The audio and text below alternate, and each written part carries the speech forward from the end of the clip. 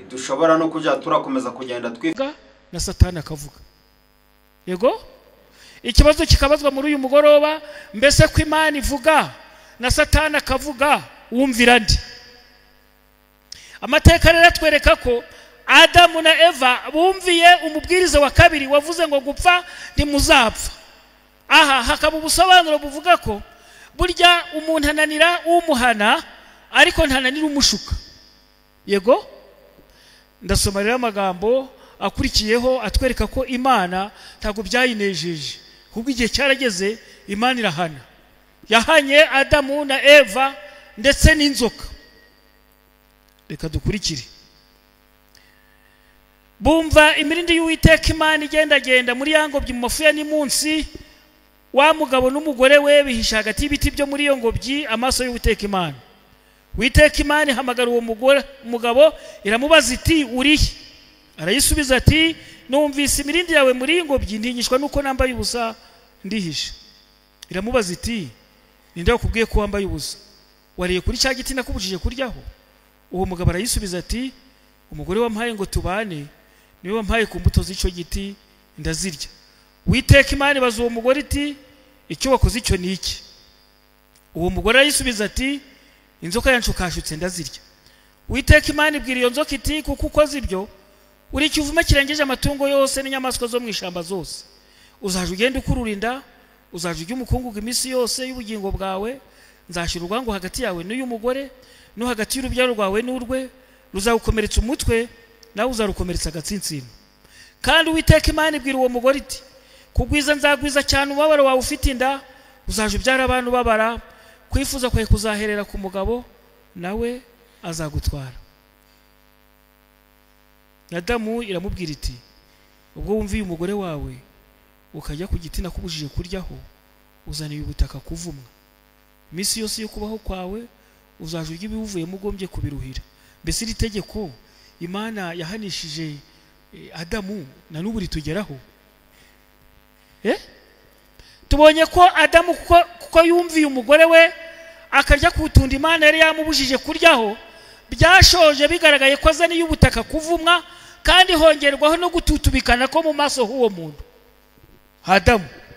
Uvuga ngo ubutaka duhinga, ubu butaka abantu dukurikirana ngo buzadukize bwaravumwe.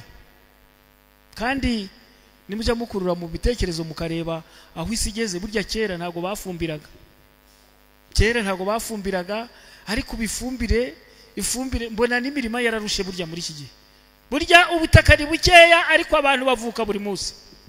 Iyo ubona rero uko bafumbira ubutaka, ejo basizemwe ibirayi, ejo bundi bagashiramwe ibigori, bukeye bagashiramwe ibinyomoro, bakavanamo bashiramwe amashu, bakavanamo amashu bashiramwe ibikaroti, ubutaka nabwo burarushe. Nibyo ariko nubwo burushe ntabwo abantu batuza, kuko gututubikana ko mu maso Adamu niho hagombaga kumuhesha umutsima. Amagambo arakomeza ngo urinde ugeze ubwo uzasubira mu butaka, kuko arimo wakuwe, uri umukungugu mu mukungugu nimwe uzasubira. Mbese iki gihano cyo kiroroshe. Igihano cya Adamu n'icya Eva. Eva yahawe igihano cyo kubyara babara. Sindigera mbona abantu bari kubyara bari guseka. Wigise cyafashe ku babyeyi bari hano. Sinzi, ntabwo ndigera mbona umuntu ubyaye ngo apfukama ari guseka ngo sawa. Ahubwo iteka apfukama ari kurira, ndetse bumwe gupfukama bikanga no guhagarara bikananirana. Nagize ingorane, nkunda kujyana abantu ku bitaro kuko nturiye ku muhanda. Nkunda kujyana abantu ku bitaro nkamuheka ari kunosha no mu mugongo, ari umuntu we wakwitwara neza bitazapati apfuye. Cyokora kubw'amahirwe akaba arabyaye. Yesu ashimwe. Ariko abagore rero mbabwire, murakazi ukaza kubona nyuma y'imyaka 2 yongeye do akabone buri yatwaye yindi nda umuntu ukurikije amarera ari kurira ubushize, uretse nawe kwa sura gupfa yongeye gutwara iyindi. Kabone ngo wari kubuya yihanye kuryama yubamye, hari n'igihinda zikugwa nabi n'ibiryo bimwe bikakunanira, ugasanga urukwiyenza kubana ngo bakuzanira amazi yo kunywa. ibiryo byanze ariko hashira n'ubundi bwurabyaye nyuma y'imyaka 3 n'ubundi bakabona utwaye yindi nda. Ibi bihano rero birakaze cyane. Uzaje urabyara abantu babara kandi icyifuzo cyawe nta handi kizaba kiretse ku mugabo. Buriya nubwo abantu mukunze kwikomeza, ndavuga ku basore n'inkumi, oya ndavuga inkumi, havuga ngo jewe ngo igihe ngo ntikiragera nuko utari wabona wo kugukunda, naho ubundi nawe umutima wawe ntabwo utuje. Uhora gutekereza Mana ninde uzambaza. Numva bari kubaza bati nta muntu wari wakubaza izina, ngo ntawe. Iwanyu muri abarozisi. Bati nta muntu wari wabaza izina. Bishatse kuvuga ngo agatima iwabo nubwo byaba byuzuye, mbonaga abana benshi b'abakobwa iwabo hari amamodoka ndetse aryama no mu makaro, ugasanga arayasize, asanze agahungu kubatse inzu y'amabati ubu baciye nyakatsi. Mbere ho yagombaga gusanga n'umuhungu wubatse akazu k'ibyatsi ka metero 2 kuri 3, ugasanga agiye kwihambira ku gahungu gafite amabati 12. Iwabo makaro yarayasize, bari kurya umuceri ntiwareba, ibiryo bari kurya bakasagura, bafite n'abakozi bo mu rugo, ariko kabona agakobwa kagiye kwanamiriza. Nta handi cyifuzo cyawe kizaba keretse ku mugabo. Cyo mpamvu baje n'aba bana batoya nkababaza imishinga bafite, mwakumva harimo niyo gushaka. Irahari. Igihe nikigera buriya ntazahami wabo, ubwenge bwe buruvuga tumva nubwo ndi gukura ariko nzaji wabandi. Numva icyo gihano rero nacyo ari igihano gikomeye cyane, cyazanywe n'akantu gato gusa, kuko Eva yemeye kuvugana n'inzoka akamukumbuza yuko gupfa tazapfa.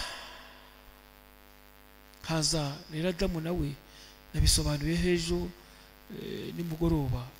Hari amagambo ari hano ngo Adamu kugira ngo amenye uburemere bw'icyaha yakoze, Uwiteka Imana iravuga iti dore uyu muntu ahindutse nk'imwe yo muri twe kubyo kumenya icyiza n'ikibi, none hatarambura ukuboko gasoroma no ku giti cy'ubugingo akarya karama iteka ryose. Nicyo cyatumye Uwiteka Imana imwirukana muri yangobyi muri Edeni kugira ngo ahingo ubutaka yavuyemo. Nuko yirukana uwo muntu, kandi mu ruhande rw'iyo ngobyi yo mu Edeni rwerekeye iburasirazuba ishyiraho abakerubi n'inkota yaka umuriro izengurika impande zose ngo ibuzinzirije kuri cya giti cy'ubugingo.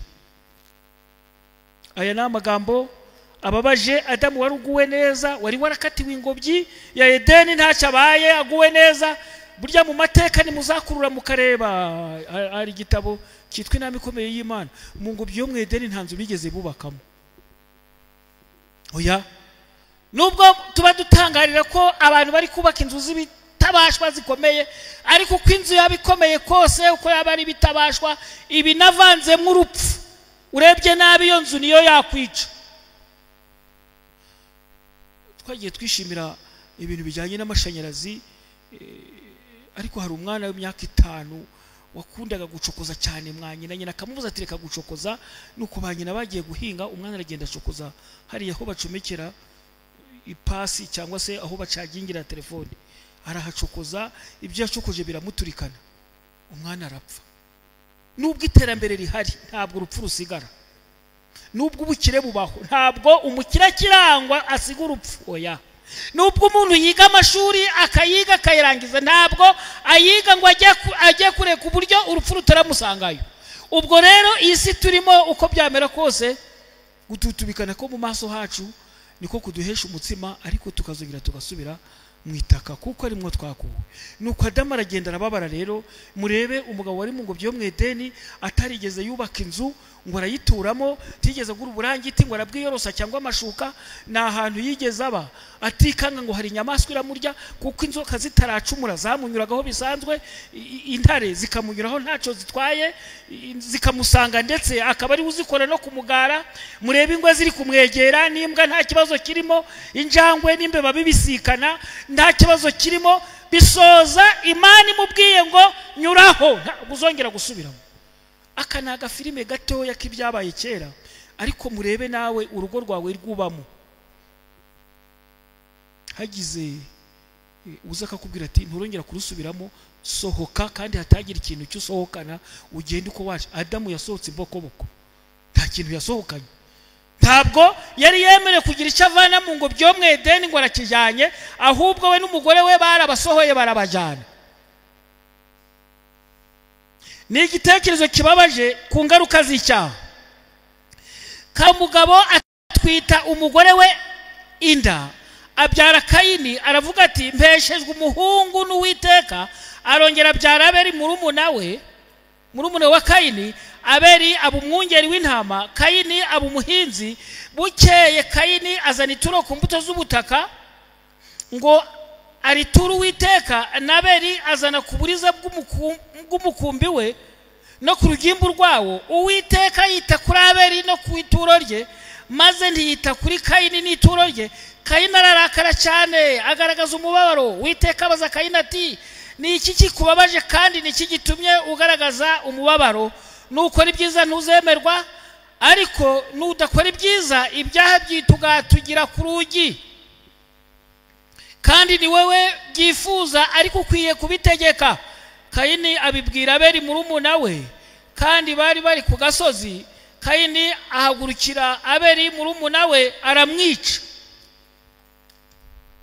Ariko ubundi ndabaza, hari Adamu na Eva, habayeho n'abahungu babiri, Kayini na Abeli. None bishoje Adamu manje yishimira ko yahawe n'Uwiteka, ariko Kayini yica mwene nyina. Amateka aratubwira ngo Kayini yica mwene nyina. Icyo gihe nta masuka yari ahari, nta masuka yari ahari, nta n'abandi bantu bari bahari bari barahumuriza Adamu ati hangane. Nta muryango wari uraza kumutabara ngo umufashe gushingura, kuko amateka avuga ngo icyo gihe Adamu ntago yarazi ibyo gushingura. Ahubwo bafashe intumbi ya Abeli barayizana, we n'umugore we baricaye barayifashe. Umunsi wa mbere urashira, umunsi wa kabiri ngo bari bazi ko arongera agasubira mu mwuka. Nibwo bwa mbere bari babonye intumbi. Nuko uko intumbi ya Abeli yagendaga inuka, niko Adamu nawe arushaho gusharira, abaza Eva atari ko buriya hariyo amatunda wazanye atumye twicara muri aka kaga, wayazanye ute?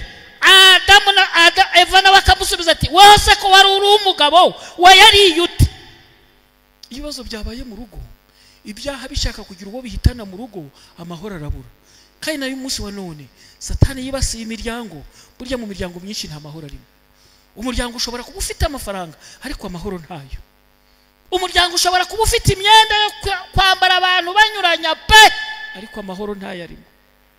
Umuryango ushobora kuba urimo abana ariko amahoro ntayo. Umuryango ushobora kuba ufite ubutunzi bwinshi ariko amahoro ntayahari. Hakenewe amahoro muri uyu mugoroba. Aya mahoro nta wundi wayatanga, ni Yesu. Twaririmbye indirimbo ya 112 itubwira kurabuka umusaraba. Nta handi Adamu na Eva bagombaga kugirira amahoro kereka kurabuka umusaraba. Uyu musaraba wagaragaye muri iri somo riri mu Itangiriro igice cya 3 ku murongo wa 15 ku magambo avuga nzashira urwango hagati yawe n'uyu mugore no hagati y'urubyaro rwawe n'urwe, ruzagukomeretsa umutwe nawe uzarukomeretsa agatsinsino. Ubu bwari ubuhanuzi butwereka ko urubyaro rw'umugore ari Yesu Kristo uzemera kwitanga. Yesu ashimwe. Uzemera kwitanga, yarasanzwe ari Imana. Hari isomo nkunda cyane riri hano mu Bafilipi. Abafilipi, Adamu na Eva bamaze gucumura, hari amagambo nshaka gusoma mu Bafilipi mu gice cyaho cya 2 ku murongo waho wa 5. Ese iri somo rivuga ngo iki? Iri somo ritubwira ko mugire wa mutima wari muri Kristo Yesu. Nubuhese uwo nubwo yabanje kugira kamero k'Imana, ntiyatekereje yuko guhana n'Imana ari ikintu cyo kugundirwa, ahubwo yisize ubusa, ajyana kamero k'umugaragu w'imbata, agira ishusho y'umuntu, kandi amaze kuboneka afite ishusho y'umuntu yicisha bugufi, araganduka ntiyanga no gupfa ndetse urupfu rwo ku musaraba. Icyo cyatumye Imana imushira hejuru cyane, ikamuha izina risumba yandi mazina yose, kuko amazina Yesu yahawe, izina yahawe niryo dukirizwamo. Haleluya. Mugire wa mutima wari muri Kristo Yesu. burya hari isomo ry'ikimwe na manwa na bose riri muri Yohana 3:16 kuko Imana yakunze abari mu isi cyane byatumye itanga umwana. Yego, kuko Imana yakunze abari mu isi cyane byatumye itanga umwana wayo w'ikinege. Yavuze ngo ikinege ni umwana umwe, kugira ngo umwizera wese atarimbuka ahubwo azahabwa ubugingo buhoraho. Iri somo riraza rikongera rikatubohora. Imana yaradukunze bwa mbere turema ku shusho yayo kandi iratugabira. Adamu rero ntacabuze. Burya mu mateka Adamu yazimiriye mu Edeni ntacabuze. Adamu yazimiriye mu Edeni nta kintu abuze. Bisoza urupfu rumusanzemo bitewe nuko atabaye maso. Amaze gucumura rero Yesu yongera kumukunda bwa kabiri aramucungura. Erega niyo turi mu isabato bikagaragara ko twaje kuruhuka ngo nukuza gutekereza kuri ibi bintu bibiri. Bwa mbere Imana yaraturemye iratugabira. Haleluya. Bwa kabiri Adamu acumuye umusaraba uramucungura. Ubu rero twaguzwe kabiri. Haleluya. Twaremwe n'Imana, Satana byivanzemo, Yesu apfa mu cimbo cacu. Buryo ubuhanuzi bwari bwaravuzwe kuva kera ko Yesu byanga byakunda umwana w'umuntu nacumura Yesu azamucungura. Reka turebe uko Yesaya yamubonye muri Yesaya 53. Iki gihe Yesu ntago yakavukiye kwa Mariya. Bahanura urupfu rw'umugaragu w'Uwiteka. Uyu ni Yesu. Ninde wizeye ibyo twumvise? Kandi kuboko k'Uwiteka kwahishuriwe nde? Kuko yakuriye imbere nk'ikigejigeji k'igishitsi cyumburira mu butaka bwumye. Ntiyari afite ishusho nziza cyangwa igikundiro, kandi ubwo twamubonaga ntiyari afite ubwiza bwatuma tumwifuza. Yarasuzugurwaga akangwa n'abantu. Yari umunyamibabaro wamenyereye intimba. Yasuzugurwaga n'umuntu abandi bima amaso, ndetse natwe ntitumwubahe. Nukuri nimba zacu nizo yishizeho, imibabaro yacu niyo yikoreye, ariko twebwe twamutekereje nk'uwakubiswe n'Imana agacumitwa nayo, agahetamishwa n'imibabaro. Nyamara ibicumuro byacu nibyo yacumitiwe. Yashenjaguriwe gukiranirwa kwacu, igihano kiduhesha amahoro cyari kuri we, kandi imibyimba ye niyadukirisha. Twese twayobye nk'intama zizimiye, twese twabaye intatane. Uwiteka mushiraho gukiranirwa kwacu twese. Yararenganya ariko ntiyicisha bugufi, ntiyabumbura akanwa ke, amera nk'umwana w'intama bajyana kubaga, cyangwa nk'uko intama icecekera imbere y'ikemura ubwoya. Niko atabumbuye akanwa ke. Guhemurwa no gushirwaho iteka nibyo byamukujeho mu bigihe cye. Ninde witayeho ko yakuwe mu isi y'abazima, akaba yarakubitiwe ibicumuro by'ubwoko bwe? Bategetse ko kabambanwa n'abagome n'abanyabyaha. Yari kumwe n'ubutunzi mu rupfu rwe, nubwo atagiraga urugomo kandi ntagire buryarya mu kanwa ke. Ariko Uwiteka yashimye kumushenjagura. Yaramubabaje. Ubwo ubugingo bwe buzitambaho ibitambo cyo gukuraho ibyaha, azabona urubyaro, azarama ibyo Uwiteka ashaka bizasohozwa neza n'ukuboko kwe. Azabona ibituruka mu bise by'ubugingo bwe, bimushimishe, bimuhaze. Umugaragu wanje ukiranuka azatuma benshi baheshwa gukiranuka no kumenya, kandi azishiraho gukiranirwa kwabo. Aya ni amagambo nsomye y'ubuhanuzi bwahanuraga ko Yesu azapfira abantu. Rero yavukiye aho abantu bamwima amaso. Burya dukurikije amateka muri Matayo, iyo dusomye no muri Luka, dusanga Yesu yaravukiye kwa Mariya na Yosefu. Ariko muri Luka igice cya kabiri ho hashaka kutwereka ko ndetse marayika asanga Mariya amubwira tuzasama inda ya Mwuka Wera. Yosefu wari umusabye bari hafi gusezerana, yabonye asa nk'utwite, atangira kumwanga mu bwihisho. Mbese ashaka kumwima amaso, ashaka kumwima amagambo. Nuko Imana itabara isanga Yosefu iravuga ngo uramenye ntuzanguriye mugeni kuko inda twite ni ya Mwuka Wera. Burya bakera barizeraga. Yesu ashimwe. Bisoza rero ngo Yesu iyo bishaka yagombaga kuvukira mu bakire, ariko yavukiye ku mubaji witwa Yosefu, ku buryo no kuja kumwandikisha i Betelehemu. Nimukurikirana abakire bose baba bagiye kwiyandikisha, nuko Yesu abura umwanya mu icumbi. Amazu yose abakire bari bayafashe, kuko ba Mariya baba badakize, bagiye gucumbikisha umwana mu kiraro cy'inka. Iki kiraro cy'inka rero imbeho ikabije bamushira mu muvure. Mu kumushira mu muvure burya iyo wumva bigaragara, burya abantu bakunda abagezweho, abantu bakunda abakire, ariko burya urukundo mu nkundo zigera muri enye nshaka kubabwiraho, urwagaragaye Yesu yadukunze ni urwitwa agape, urukundo mvajuru, urukundo rugukunda nta rindi nyungu zigutezeho. Oya, Yesu yaradukunze rero. Adamu yaracumuye, urukundo Imana ikunda Adamu bituma Yesu areka igitaramo cyo mu ijuru.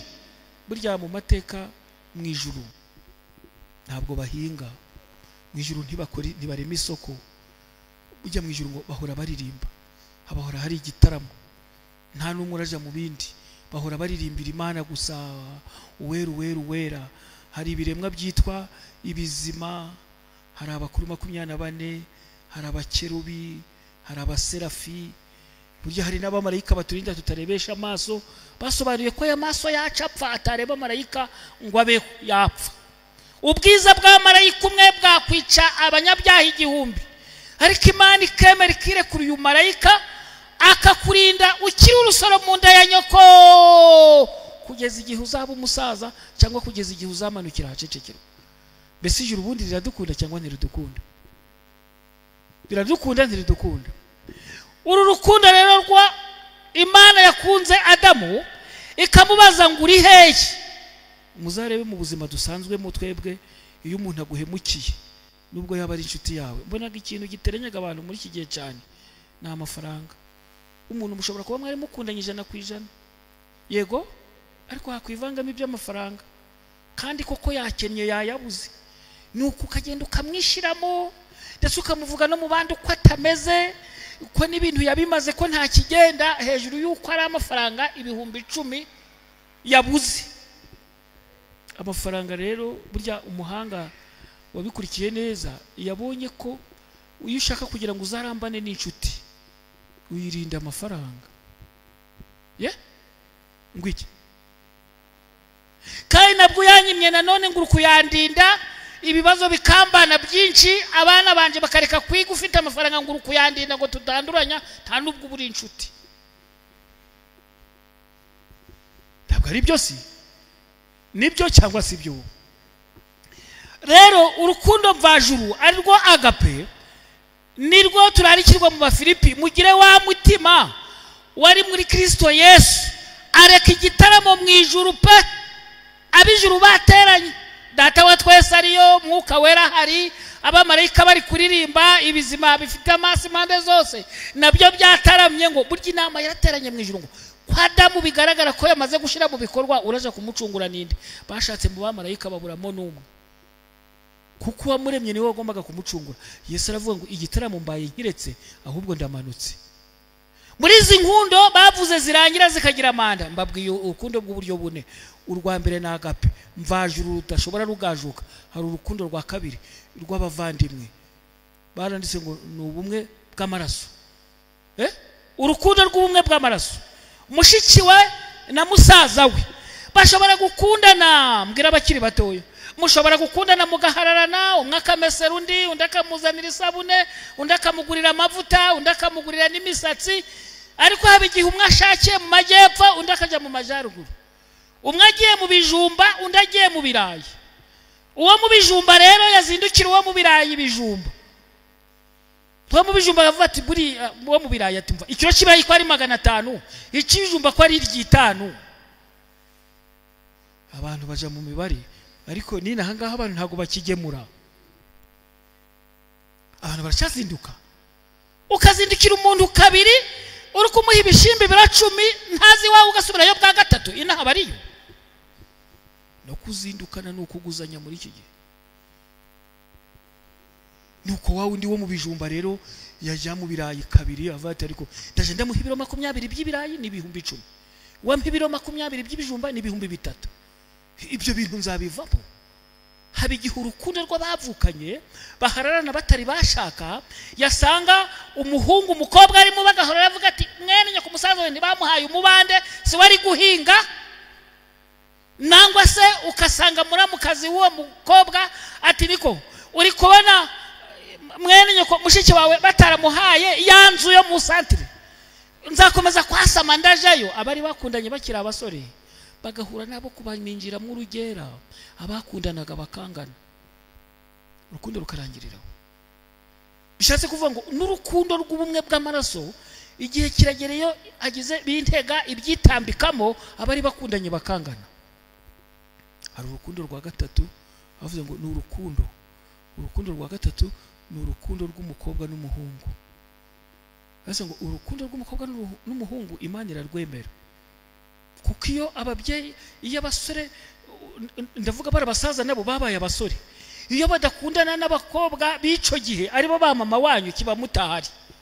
Ariko haba igihe nanone basangana umukobwa akagukundira ko iwawe ufite ibintu, yasanga muri kurya ibidodoki tiriko nuko mubona mukoboye. Mbonaga abasore bubu rero bipasa muremure cyane, akagenda kambaye ikoboye y'ibihumbi 18 kandi wabo nta n'umunyuriyo tawo pe, ariko akayitebereza muri rimwe. Umukobwa yamubona umutima ukava mu nda, tumva mbonye umukire pe, cyo nageri wabo rero agasanga na yakoboye niyo yatiraga abandi, agasanga ibyo kurya no gupfundikanya, uwamukundaga kamwanga. Uzumva benshi mu migi myinshi abenshi bakunze kwipasa uwo muremure cyane, umuntu akakwishiramo akibwira ngo yabonye umukire na hari umuhirimbiri nyakuza ari igisambo, bigasoza bari bakundanye banganye. Urukundo rwa kane ni urukundo rw'ibintu. Urukundo rw'ibintu rumeze rute rero? Ibintu iyo biri kuza abantu bo kubirya barabimenya.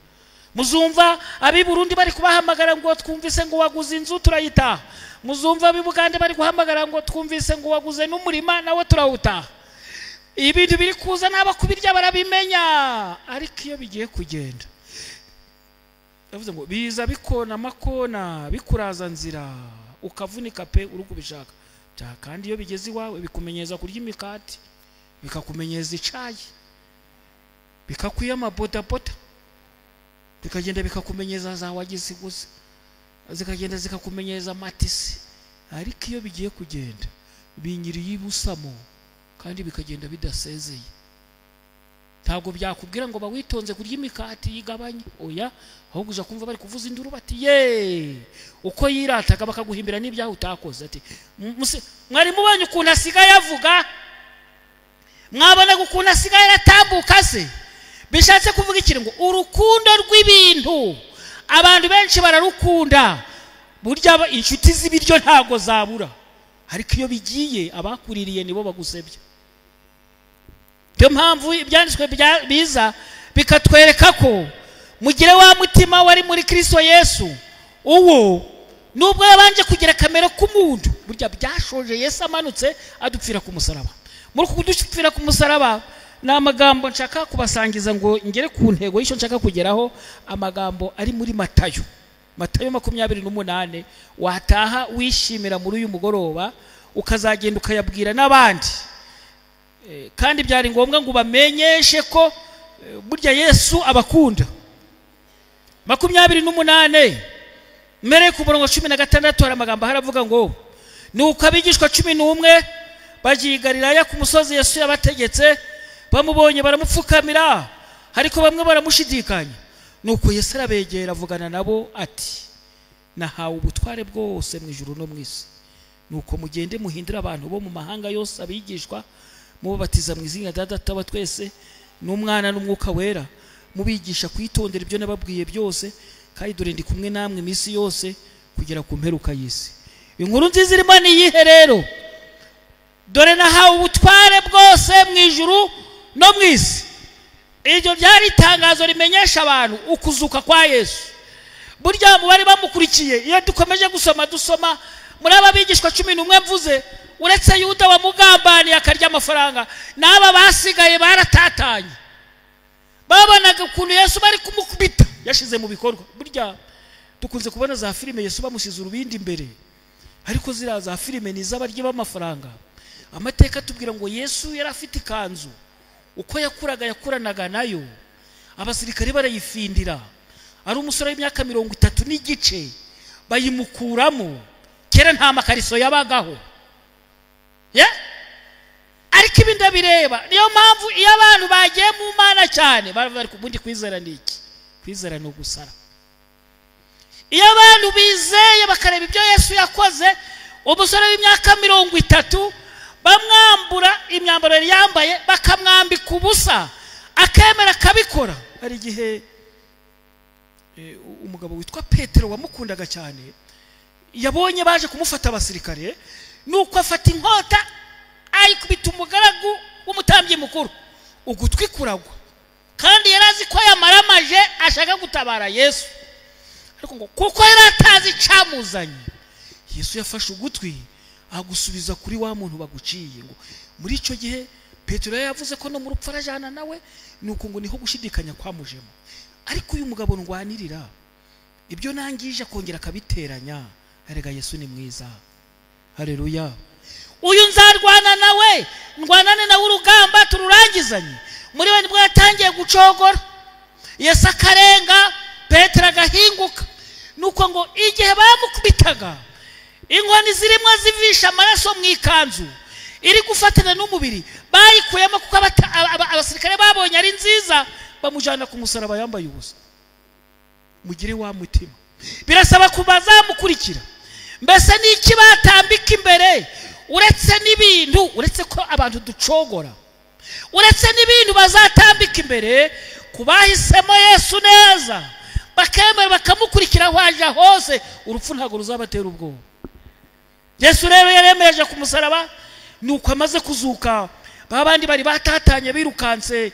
Petero igihe kimwe barambaje batariko kuri kuvuga imvugo nkiye, nuko Petero avuga ati umva mbabwiza ukuri kumenya rimwe mwasaze. Kandi yavuze ati no mu rupfu turajyana. Kumenya rimwe mwasaze hari, kuko ntabwo naho nigeze mubona. Ariko Yesu umunyembabazi arongera aramubabarira. Muri uyu mugoroba ushobora kuburi kure, urimwo uri gusigana n'ibigeragezo bitandukanye byatumye amaranga mutima yawe ava ku Mukiza, none ubu nawe waratakaye. Abantu nibo basigaye bakubona, bakabona iby'Imana wagiraga ntabyo, ariko ukuboko kw'Imana kuracyahamagara. Ahamagara babandi 11 rero, amaze kwegerana nabo ababwira inkuru nziza. Arababwira tumva rero, nahawe ubutware mu ijuru no mu isi, mugende. Erega turi mu kirenge cyabo bantu yabwiye ngo mugende, ni mugende. Haleluya. Impamvu tuvuga ubutumwa bwiza ni yihe? Nuko Yesu yatsinze. Haleluya. Yesu rero yaratsinze, tugomba kubyamamaza hose. Yaravuze ati mugende mubwira babuze gakondo. Yesu yagiye kubategurira aho bazaba. Shobora kuburiho rwose. Hari ikintu nigeze mbabwira ngo gusaza, iyo usaje ukamara imyaka umara n'imigisha. Muranyumva se? Uko usaza ntago nifuza ibintu byo kuzasaza. Nsabaga Imana izamfashe nzapfe nyifite imbaraga zo kwitamika. Utari bya bintu byo kuvuga ngo mwabana mwe ngo none mwankoreramo, none ngo ko mbuze ngo ni pantaro bakampa ibyashaje byabo. Oya, Imana izareke ngende nyifite imbaraga zo kwishakira ipantaro. Yesu ashimwe. Iyo ushaje rero umara imigisha, urayimara bigasoza rero nta kigenda. Impamvu ugurisha nibyo wari waraguze. Utangira kugurisha ibiti, ndetse abana bavutse barabiguze kera ugasanga nibo bari kwitambika bati niko muze kusaje nabi, ibi biti nturabikoraho. Wabiteye atari yaganya no munda, none ati niko muze, ubu bwenge bwawe bwatandamye buti iki giti ntugikoreho. None ko inzara inyishe reka mve kugurisha Karimana ari naraguze nakaguze kera. Ati niko ariko warasaze cyangwa umurima naguze umwana ngeretsemo ko nasaze? Utangira iyo ushaje umara imigisha, imirima wari waraguze uyimarira mu gifu, kandi nta kinywa nk'abari gusaza, nta kikumbura imigati nk'abasaza batagishobora kuvaho kuvaho bari. Yesu ashimwe. Abana rero ndi bari bihararumba batumva turakwiyamye turakujana ku murenge. Barijo nababwiye ngo Imana yabonye kugira ngo isigira umutekano n'urupfu ruzamo. Imana ibonye yuko munze kubwira abantu uvira fata neza umugore wawe akiriho. Iyo amaze gupfa n'abantu urababura. Utangira kuja mu manza. Ikiyiko cyari ca mama n'umusarani waruwe. Nara amasafuriya yari aya mama. Ugashaka ibyari ibyawe. N'inzu yari ya mama. Ugashaka ibyari ibyawe kandi natangiye ndi gusoma ngo gututubikana uko mu maso hawe niko kuzatuma ugura umurima, niko kuzatuma ugura ikiyiko. None nyina pfuye tubo muze gasopu n'iyi ntebe yari ya mama. Ikidodo cyari cyande ngo cyari cya mama nacu. Ugashaka ibyo washatse. Muri kumva gusaza ari byiza. Muraho Yesu ashimwe. Rero abazi gusenga mu bagabo bari hano muje murasenga mutange y'abagore. Paso abazi gusenga neza muje murasenga mutange y'abagore. Iyo usigaye uri umusaza umugore yaragiye abana barakurindagiza bakakwereka ko ntaho muziranye. Nimubwire rero babuze gakondo Yesu yagiye kubategurira aho bazaba. Nimubwire abantu yuko ababuza amahoro Yesu niwe mahoro yacu. Haleluya. Kandi mubwire babuza babo amagambo nkunda cyane mu gihe gito. Yohana Yesu yaramubwiye mu byahishuye cya mbere ku murongo wa 17 ayo magambo ari. Yesu yabwiye Yohana ngo ninje kuzuka n'ubugingo kandi imfunguzo zikuzimu ndi nazo. Haleluya. Azahamagara basinziriye ku magambo avuga ngo ababuza babo muri ubuzima abo bakundaga nk'aba mbabwiye kumva ngo umugore mubanye imyaka 40 bishoje agiye. Dorutse gushingura umubyeyi hariya w'umupenikoti yayirwa ari kuhira ibirayi nimugoro baragenda yinura amasaka buca mu gitondo yapfuye. Umugabo we bagiye kumujana rega data nuko byagaragaye ko ari umukristo ko bari babanye neza. Abapolisi bakaza bati ni gute umuntu yakwinura amasaka saa 3 z'ijoro bugaca mu gitondo byarangiye batari ko babanaga neza. Nicyo camukijije umugabo bari baraja kumufunga. Vuga murabyumva. Ababuza babo rero barindagizwa n'abasetsi bakarindagizwa n'ubukene. Mu gihe gito imva zizakinguka. Bazakora uko bashoboye kugira ngo bazabonane n'ababo babuze. Reka ndangirize hano. Mubwira barengana muti Yesu ni wavoka. Mubwira bari mu mwijima muti Yesu niwe mucyo. Haleluya. Mubwira barushana baremerewe muti Yesu niwe kigingi wikorera ibyaha by'abari mu isi. Abashonje muti Yesu niwe mutsima w'ubugingo kandi abafite inyota muti Yesu niwe soko y'agakiza imara inyota. Haleluya. Nuko nkasoreza ku magambo avuga ngo nimubwira abasirikare muti Yesu we ntwari ku rugamba niwe mugabo utaneshwa. Kandi abarwayi muti Yesu niwe muganga w'umuga bwose. Hari indwara utabwira umugabo wawe Yesu yimubwiye yakufatira ibanga. Haleluya. Imwari muzi ko Yesu afata amabanga. Yagufatira amabanga bugi byawo bisize ku karubanda inzu wayivamo. Ibyawo bisize ku karubanda nta mugore wabana nawe. Ariko rero aya magambo akavuga ngo umva rero niba dufite n'indirimbo ya 33 so hagarikiye cy'umutima. Bibwire ndi bibwire Yesu ubabazwa n'ibyaha wahishe mwihererane. Haleluya.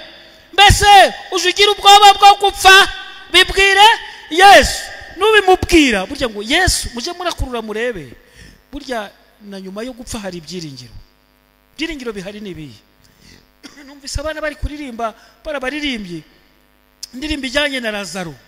Lazaro amaze iminsi 3 mu gituro yari yatangiye kunuka byarangiye. Ariko Yesu ahageze uwari wapfuye arongera abamuzima. Uko niko Yesu azazura nababandi sinzi mu bintu bijyanye no gupfa. Kambabwire nk'abana b'Imana turi hano muri uyu mugoroba muzarebe burya uretse abantu bizera Yesu ko azaza nyuma yo gupfa nta bindi byiringiro bihaba. Iyo umva ngo umuntu baramuherekeje baramujyanye baramutambikanye bamusiziriya, uretse Yesu gusa na marayika ukurinda bazagukura iyo bagushize. Hari ibintu abantu bagenda bibeshaho, kandi mu bibeshaho twese tuba turimo. Niba hari akantu kabaye ubeje ubundi covid iba, abantu bari bamaramaje bavuga bati ni ukuri pe Yesu araje ubu birarangiye. Kandi no muri bibiri twabwirizaga ubutumwa tuvuga tutumva muri bibiri nyuma ya bibiri na amazeru. Muri bibiri mfite umwana nahamagaraga bucura, nyuma ya bibiri dore ngo ndagira abana we. Icyo cyo kubabwira ni iki? Abantu bakunze kwibesha ku gihe, ariko Imana ndiyibesha. Mvuga murabyumva? Naho abantu bamushize kera Yesu azamuzura. Reka tugire ibi byiringiro muri uyu mugoroba. Ibi byiringiro turagira ni ibihesi. Nimubwire abanyabyaha muti uwo mwacumuyeho yiteguye kubabarira ibyaha byanyu, naho byatukura arabihindura umweru bise na sheregi. Haleluya.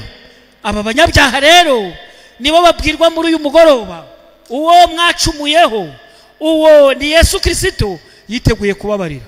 Uwo babariye Petero nawe yakubabarira, kandi uwagiriye neza impumyi nyinshi nawe yakugirira neza. Nkasoreza ahangaha muri uyu mugoroba, Yesu yaradukijije. Haleluya.